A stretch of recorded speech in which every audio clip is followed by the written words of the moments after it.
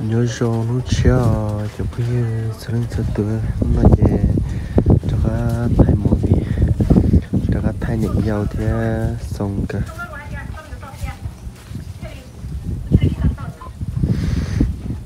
từ cho một cho quả cho sống lên gió tuần trên họ sẽ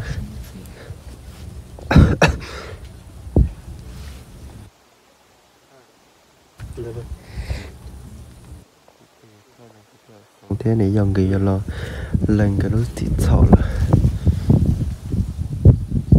hết chị ạ thằng chọn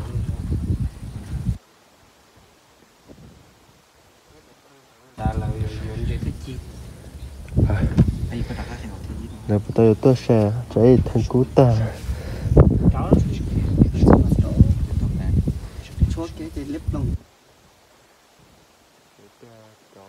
là tôi dây giặt ta đi bao của thế thả sư giờ số tư chỉ cho chỉ tàu là sư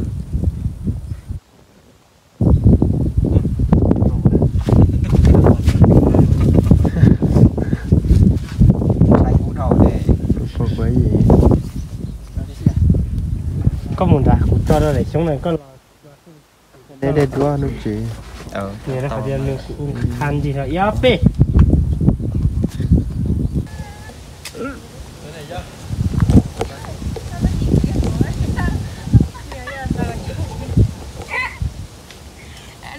yáp đi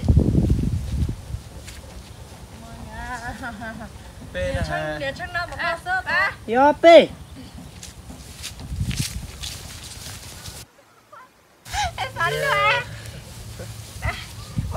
đây cái là cái tận nó sao cũng thiệp lúc công cả nè nó đi xí chả làm gì tôi màu tôi la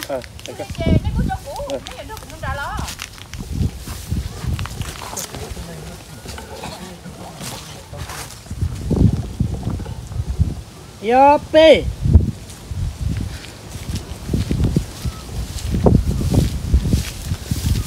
nè có một chút chè mình đã xí rồi mà với lại chè có cho cũ chính đó có một đó là mà cái tôi đi chả nó bé cho con chỉ có kia nè sao sao không có chứ không giờ cho nên chơi hãy thảo luôn giờ cho nó lấy này hai con này giao tôi cho quả yo Yopi à hay da với cô kia chè cũng kia lo quyến chụp kia liền cũng chỉ kia lo với cô kia chè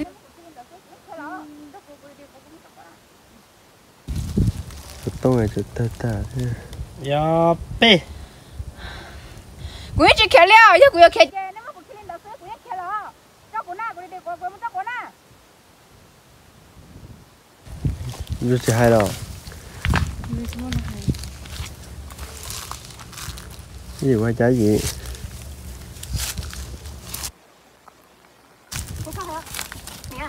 bé tôi cho lo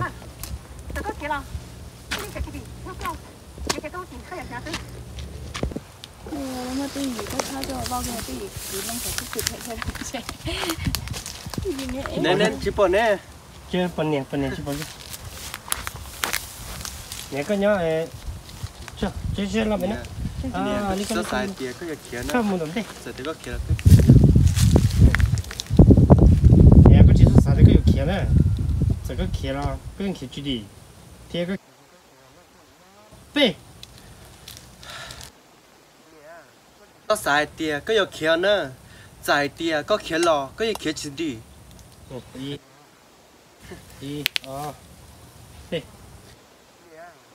sai tiền có việc kia nữa giải tiền có kia lò có kia chỉ đi giải tiền có kia là có gì hay là lo cho nó nữa nhà nó có tiền ê cho đi cho hết thì là quyến chỉ kia mà thì là kia cô bao mà cô chỉ kia liền nè cái tao cái là tao mà Nè, có xong một cái nào? Cái nhỏ. Đi xuống đây. Có thích việc. Yo, giờ cho đó. Yo bê. Cô bao lắm ạ. Bê. Mẹ. Nè, ra đây. Không sẽ Đi hay à. giờ cái gì Yo. Bê. Cô bao lắm à. Giờ lâu, nhà nè giờ chỉ kẹt theo, em bây giờ nó tao nè, có xong một đây nữa, có một chỗ kẹt tớ, có lọ. Nó chỉ Cái chị té cái lia, chị à, nè.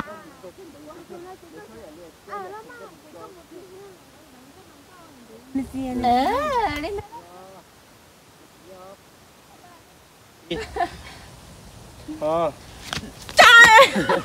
Hai cái còn lái đâu.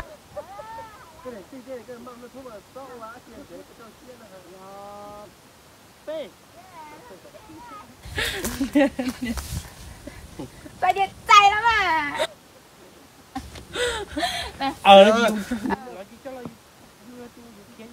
cô cho chuông chị nhưng mà nó Lon cái gì nó lon đã. kia cái gì to yo Yếm thôi ra. có một xe Nhiều, có nhiều cái sự sống rồi Cái kia này.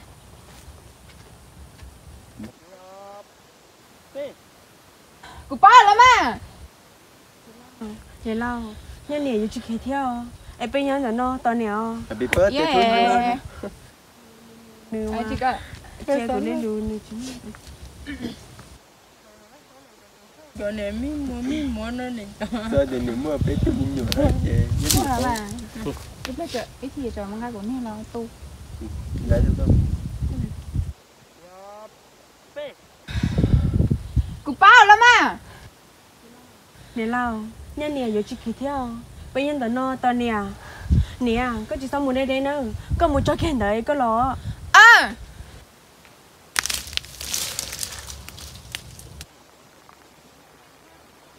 Chơi chạ, nè, có bắt tàu chưa?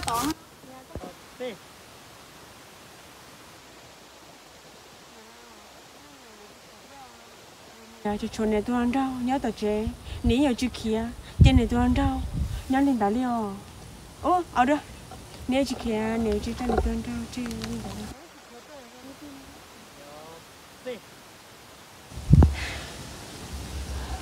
Nè lao, nên nè giờ chữ kia theo, để tôi ăn rau, nhớ tao chế, nên nè giờ chữ kia, ai cho để tôi ăn rau, lên đá liò.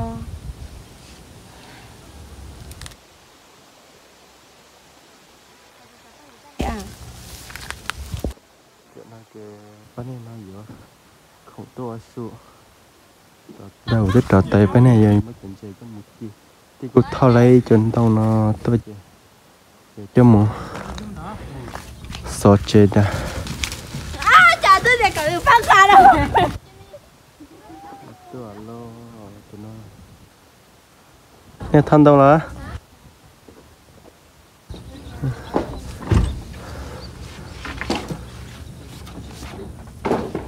Cô lên chơi tá lẹ chứ. giờ lên xe nhỏ có ha Nó tao nói chua. chùa ha để xe xe tức là ta Có tao thấy con nè. tới thay không mẹ bé không thay thì cho nhà giàu cho một chục quá Dâu khét đó hả? chẳng cho khi to không mua Tìa chia mũ. luôn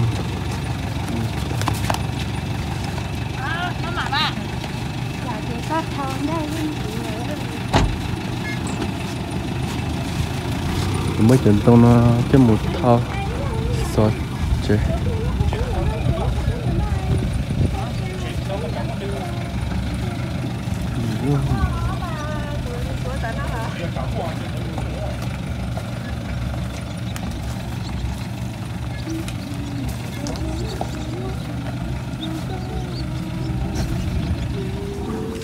lúc chế hết tận nó bé vỗ tàu sầu chứ nó nói chứ dòng khai cái mua sọ thì cái mua hết chắc sẽ là cái bánh nhà nó tàu số nên mới chỉnh chế là kịp tàu hả thay kho video nữa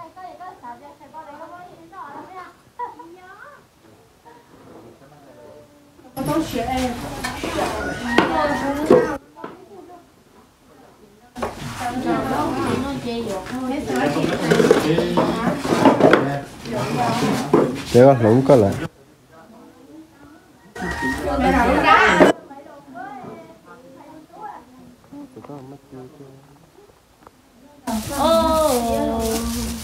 cái gì nó sợ ra điện hang non chị học gia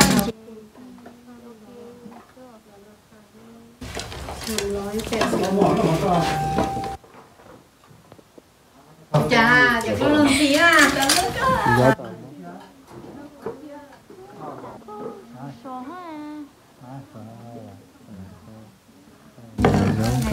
quay mót của con lời giống coi nhìn cho cái chỉ có một cái thì là lôi cho chỉ trong lòng cái chỗ chỉ bỏ chỗ cái con nó tay lòng trái sao đi ra đó giống cho phải với hai cô mấy lô con tỷ đâu cho hay điện à đó là ao điện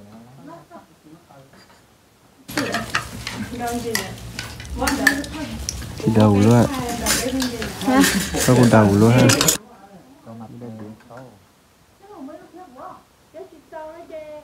đầu cho con thích cái gì á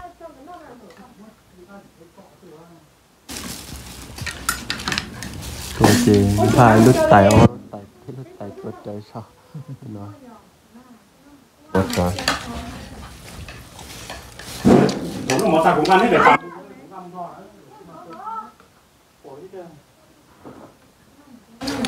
ba con trẻ chế bây giờ cho cô muốn nắp mỏng này mai nát tao nên là tao này chị trả lời sáng nào chị ha đầu kia đâu sáng nào có lấy chế có trả lời tôi cái bỏng cái sai cái điều của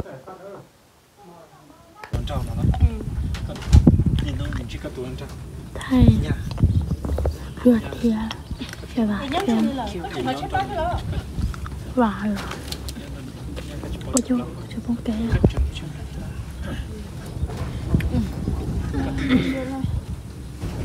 tôi sẽ chưa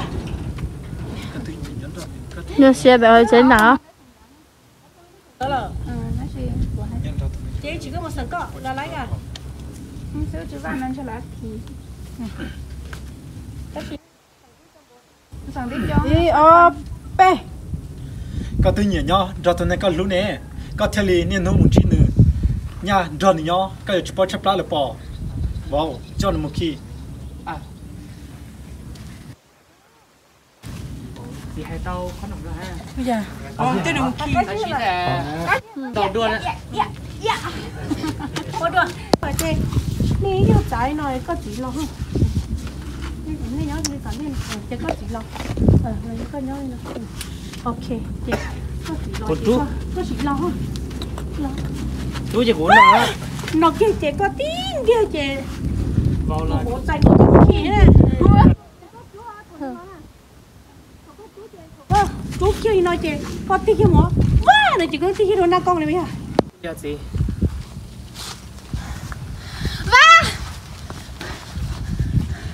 nè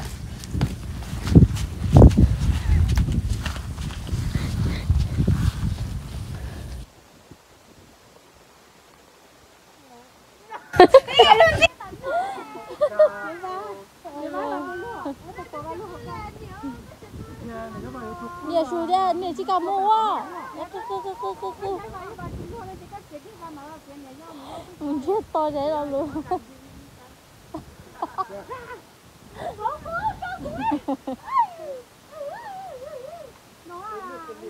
mình chết to nè to xíu một khi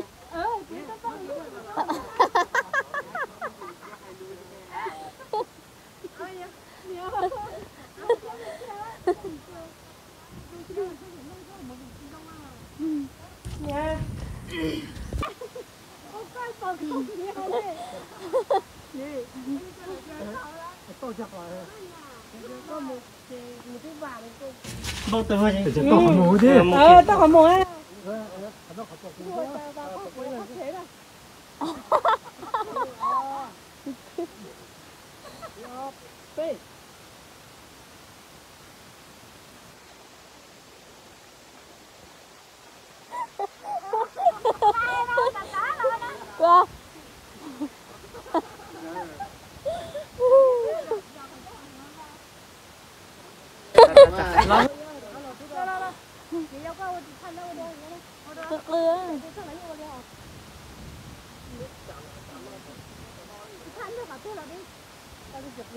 Coi được cái liễu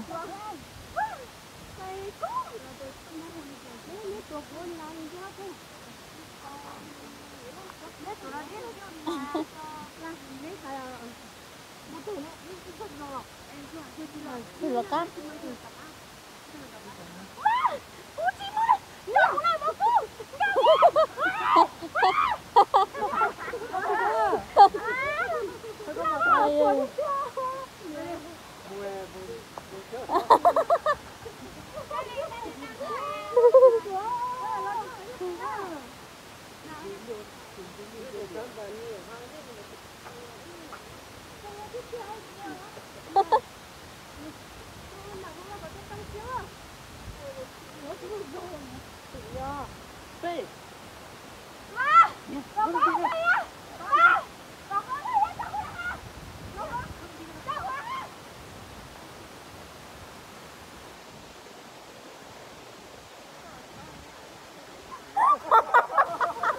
sao chứ mà hai người chơi chơi con sao đi ra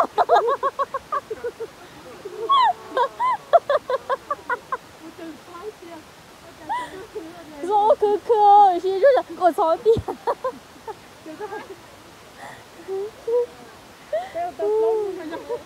错了你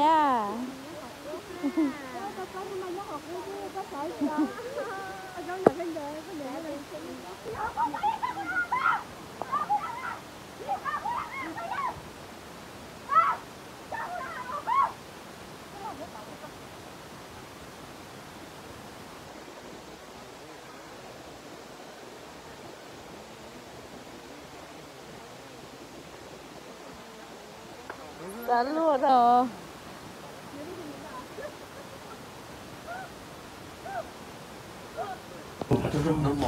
chả nó chị thay cho chả nó chị thay cho thì của miệng đấy nữa của miệng cho tụi nó cho tiền có thay trên ý có thay là nó đã sẽ nói cho niệm á nó cho niệm á họ tụt thay chị cha cũng nghe chân đâu cũng chỉ tận chơi này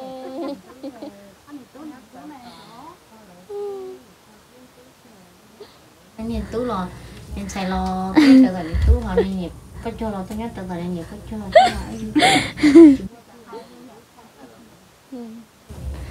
cô mở cho quá cho ở đây học sao đó mình chọn bé đèn này ở sau tí tía cần tôi nó chỉ trên đời vậy tới rồi bé ở sau nào ở trả shit tôi vậy tới ở muốn tôi thì chơi ở sau là cho孩子种菜哟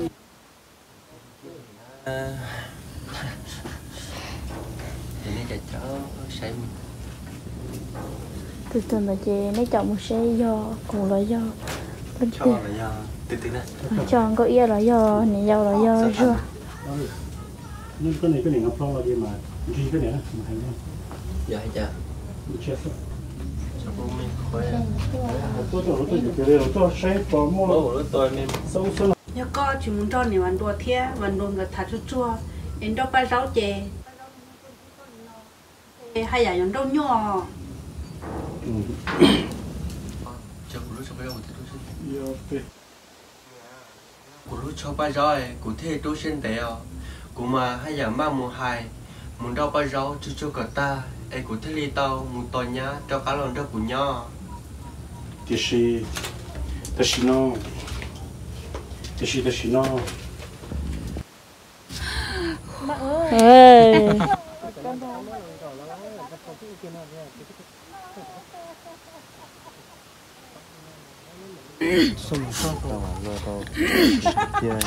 Chứ khai là cái đất ta.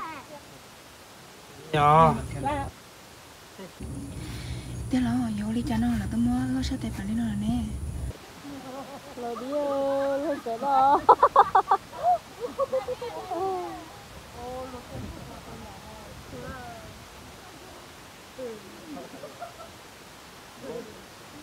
Đây có tôi học là ra. Tôi học là mà chết tôi tới.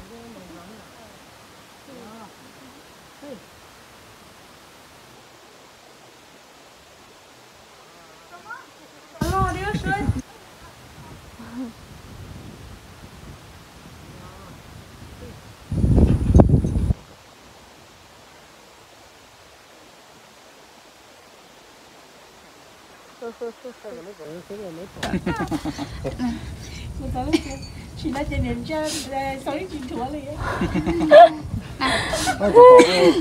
Anh bị thôi rồi. P. Ta mẹ to ta mẹ hai ta không làm. Em ta thằng nó hay luôn là các bạn chụp luôn. Để cho luôn chuyện nó sẽ. Yo P. Rồi, cô sẽ chỉ cho tiền có gì mà còn xin thằng lên đó. Cô sẽ cứ chiều kỹ cái liều.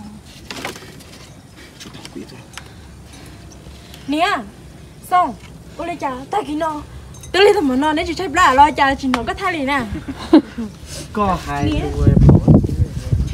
Hề hề, như vậy. Nè, Chắc thế không, chắc em sao nhỉ? Nó lo. Đi bắt con nó đi.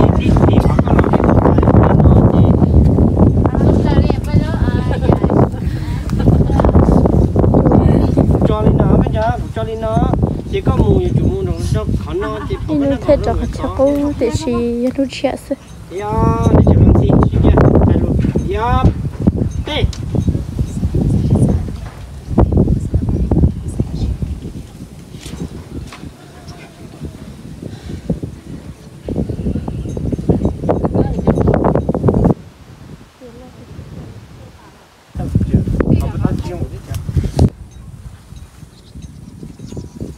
Nè, xong, cô lấy trà, ta kỹ nó. Tôi lấy thằng bỏ đi nó. Tôi chỉ tao có chạy đến nó. Thôi chị nói đến trong, chạy bla là nè. Nè, con giận hồn đi không? Cái là lúa vậy à. Cô nè chắc cực gì, con gì cho tao cái nhiều tiền cho tao nhớ cái để tao đi chạy cái lần mà thì chỉ tao hay sợ, ấy có tao chạy rồi.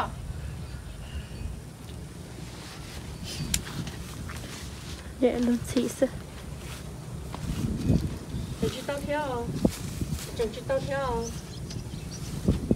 Chồng chị tao theo. Rồi chị tay ra một gì đâu thế cũng chỉ có hết rồi dùng cái lô phải thô thay chả bây giờ chả nói chạy bây giờ làm xin tàu chỉ cơ chả nó chả bây giờ tôi mù chỉ cố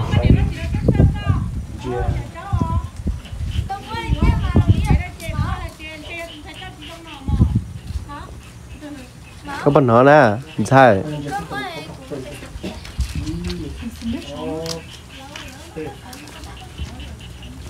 thì cha nữa qua rừng ngô cha là đợi papa nói chuyện giờ hả đừng muốn nữa thật xa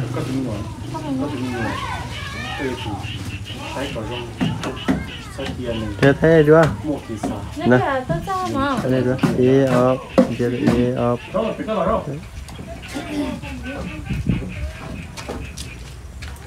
sản là chế do sản nè cơ hội cái đẹp mùi vị căn tu về thế rồi giờ tiệt thế căn tu về thay về thế rồi xin tàu gì tu về thế thay lì nó cô sự tông chế của thay cũng lạ sự thay cũng na sao tận là chế nên chuyện nó lùi thế thế nên xả tiêu để của phương trò thay lì chỉ bộ cũ liền thế gì nếu do này giờ hay thì vì của số tàu chỉ nó lùi thì của tàu chạy thì của tàu chỗ đi nó xí thì là một sai gì là shit thảo nó thì là shit thảo là cái shit thảo chạy cái gạo bây giờ mùi vị nó xí thì vừa dùng câu chắp là phải dùng mùi xin đầu của tôi thì vừa dùng câu chắp là như thế này